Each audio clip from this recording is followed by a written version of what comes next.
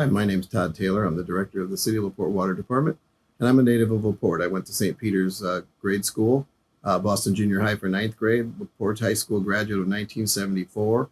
After that, I attended Regis University in Denver, Colorado, where I majored in biology and business administration. I was a pre-med major initially and then decided not to go into medicine. I also was a competitive ski racer in college, had scholarship money for my last 2 years of college. I came back to La Porte at a time that La Porte was looking for somebody trained in the sciences to take over the water department. And so my background with the biology major had studies in biology, chemistry, physics, field biology, physiology. So there were a lot of the disciplines that we studied were very helpful to me in my water career. One of the things I'm proudest of at the water department is the high quality of the staff we have and their qualifications. We have 17 total people working here. 10 of our staff have water distribution certification, and 4 of our staff also have water treatment certification. Now, by law, as the director, I'm the one that's in responsible charge, so I have to have those qualifications, but it's a real plus for our customers and for our employees to have this knowledge base. The testing and the certification process is very rigorous, and the staff, many of them have undergone the process. Less than 30% of the applicants pass the test, so it's very difficult, and we're really proud to have a highly trained staff that we currently have. The most important thing for any water department, and what we try to do, is we always want to provide a reliable supply of quality water that's fairly priced. It's important that people be able to afford the water, but most important is that the water is of good quality. La Porte's water meets or exceeds all of the recommendations and all the standards set by the Safe Drinking Water Act. In fact, we have never had a water quality violation. To go back to the water a little bit, La Porte has a rich water supply. Our treatment processes essentially are designed to remove the nuisance substances like iron and manganese that would stain pipes and fixtures, sinks and things like that if we don't remove it. So we start at an average of anywhere from our different wells 1, 2, or 3 parts per million of iron, which would mean there'd be a pound per million pounds or 3 pounds per million pounds. And when we are done with our treatment, there's usually 2 100ths to 3 100ths of a part per million. So we effectively remove most of the iron and manganese from the water, and it's stored at the plant and then pumped into the distribution system as needed by the customers on the demand of the customers. So our treatment essentially is water comes in from the wells, it goes through aerators, and it's treated with a small level of chlorine. Those two substances, the air, the oxygen that's mixed with the water in our aeration process, and the chlorine, serve to oxidize the iron and manganese so that it can be removed in our filtration process. We also, before it goes to our customers, we actually add what they call post-chlorine. So we treat it with pre-chlorine to help oxidize the iron and manganese, and then we feed a small amount of chlorine so that it remains safe and disinfected out into the distribution system. We also feed a low level of fluoride, the lowest level recommended by the CDC, and we use polyphosphate to make sure that the water doesn't corrode the pipes to the point that we have high levels of lead. We do testing required by the EPA for lead and copper, and we're fully in compliance with those standards. It's really pretty simple. We take the water out of the ground, we run it through the filtration process, and then we pump it out to our customers on demand. The most common complaint we would get with respect to water quality is a complaint about chlorine odor or chlorine taste or smell. And in fact, we are required to put chlorine in the water by the law, and we actually feed a fairly low level, but oddly, some of the compounds formed in the water because of the chlorine addition actually give more odor, more chlorine odor at the low level than they do if we feed a higher rate. So we test that continually. We have 2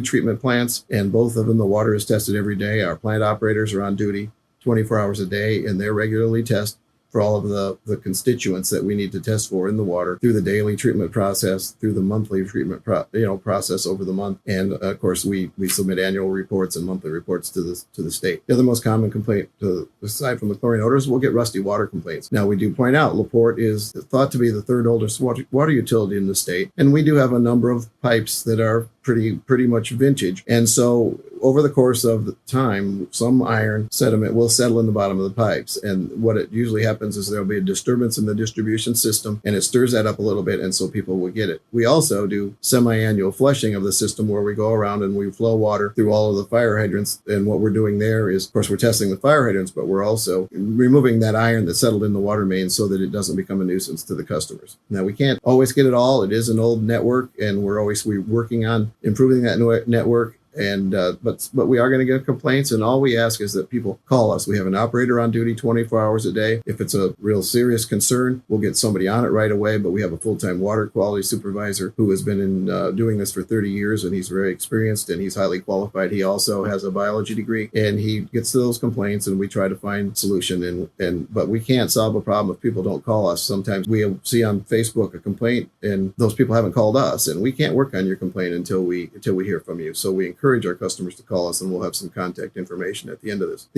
Probably the third most common complaint is sometimes people will be drawing a glass of water. They'll be at the sink and they'll call us and say they get kind of a septic odor or sewer odor when they're filling that glass of water. And what that usually is it's coming from the trap in the sink. We actually encourage the customer to take that glass of water away from where it's flowing into the sink, and then run your hand over the top of the cup like we would do here and bring the air to it and see what the odor is then. And more often than not, that's an odor that's coming up from the water running into the sink. It's coming from the drain. It's not coming from the water. But that's another common complaint that we get. And of course, we take all water quality complaints seriously, and we want to know if there's a problem, because sometimes the rusty water complaint might tell us there's a water main break somewhere, and the reason that would cause rusty water is the water's flowing through the pipe at a high rate to that break, and that's stirring it up, just like when we would flush the system through the hydrants. And when we talk about the distribution system, I have to note that we right now we currently are about 145 miles of pipe. It's mostly cast iron and ductile iron pipe. So the system has approximately 145 miles, 30 miles of which